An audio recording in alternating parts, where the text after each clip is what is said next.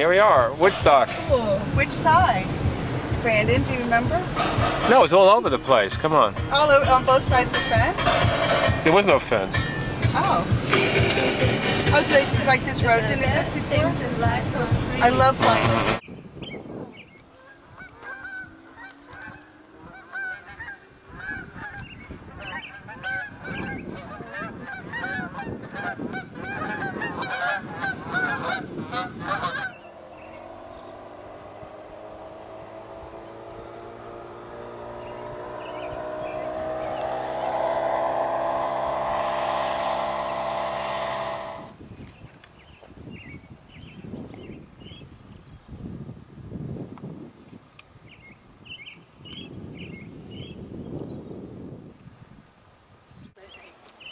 See what I think of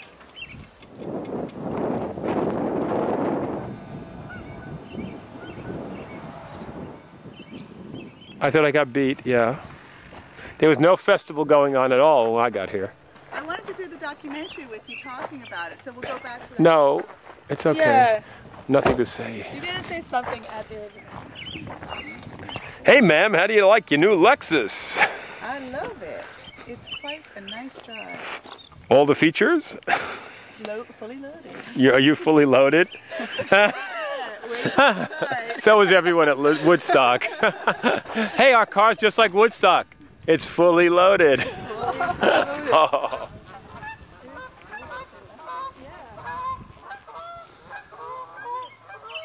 Dirt. Dirt from where? Woodstock. Is it real dirt? Yes. You think that dirt was here in 1969? Probably. It might be filler. I don't know. I have a feeling about this dirt, that this is the real stuff.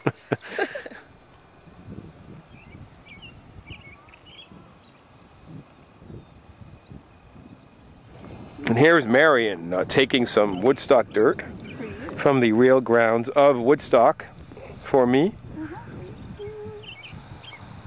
There we go. This is historic site. Hey, that dirt held up better than me. Ha ha ha ha ha. This is a documentary. So you were one of the original Woodstock hippies? Survivors? Can you tell us, please, a story about your time that you came here? How many years ago was that? About 5. Okay, about 5 years. Well, the original Woodstock, 1969. Oh, 1969. And I was like about 19. Uh-huh. And I got here on a Thursday night, and didn't look like anything was going on. Paid $7 a piece for the tickets for 3 nights, so I spent $21. So we thought the whole thing was a bust because the stage wasn't set up and nothing was around, and we were here and we were saying we got beat. We just came up by bus. We didn't even have a car. So we had no sleeping arrangement. And at night we wound up sleeping like just on the grass without even any blankets or anything. And it was pitch black. They didn't have any lights set up, so it was like this field just with the lights out in the dark. And a motorcycle came right past my head, and at that point I realized I'm not going to sleep. So we stayed up for like 36 hours and didn't sleep at all. With the aid of any drugs? People were doing drugs. That night, people were doing drugs they never did before, and people were freaking out. It was pitch black, so it's like close your eyes and imagine people screaming like it's fucking Dante's Inferno. People screaming, looking for their friends on acid, like, oh, Joey! You know, it was just like screams.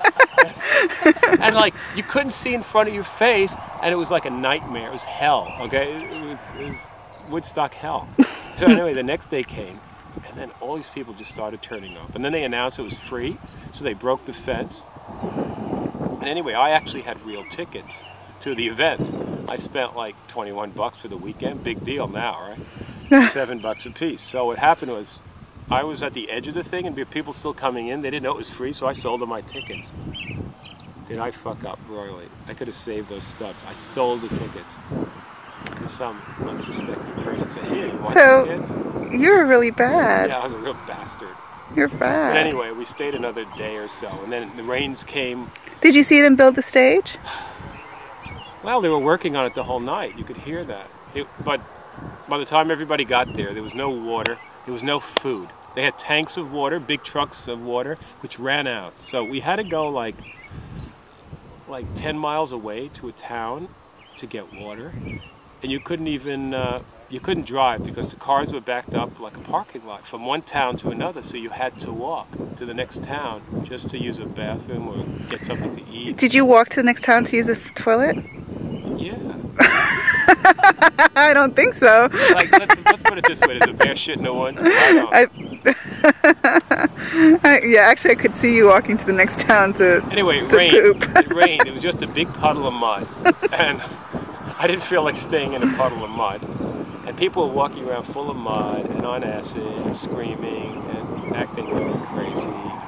No food. And, you know, after a while, it was just getting actually miserable and dank and dirty. And we just decided to leave. We got back on the bus. We had to get the bus like 20 miles out of White Lake. I don't know, if you look at a map, you see where White Lake is. So you walked to White Lake? We walked to White Lake because the cars were parked from this town to White Lake. You walked along the cars, everybody abandoned their cars and just walked home and then got on a bus and left. And then we got back to the city and there were cameras waiting. And on Channel 7 News that night they said, here are the first drippies that came back from Woodstock.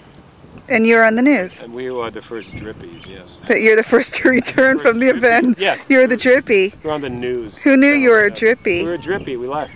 But little did I know, like years later, this became like one of the biggest events of the century. This was like rock and roll. This was Woodstock. And I thought it was the end of rock and roll. And they made it like it was the beginning. But this shows you what I know. oh, So just think, what in they know. perspective, where you are now is very important. Just remember that. Okay, And we we'll close on will. that note. Just grasp the moment. Okay. That's my message to the about public. Reflecting on Yes, Woodstock. grasp the moment. This is it now. There is no tomorrow. Whatever's happening, this is the best it'll ever get. Whether you believe it or not. Okay. Okay? Okay. Okay, bye Woodstock, bye everyone. Thank you. Now, here also are two people going to the Woodstock site. I guess they've been there too. Look at them. And look at you. And look at me. That's them. Yes, I know those two. They were sitting right next to me at Woodstock. That's why you I remember those. Guy in the motorcycle. I remember that ass anywhere.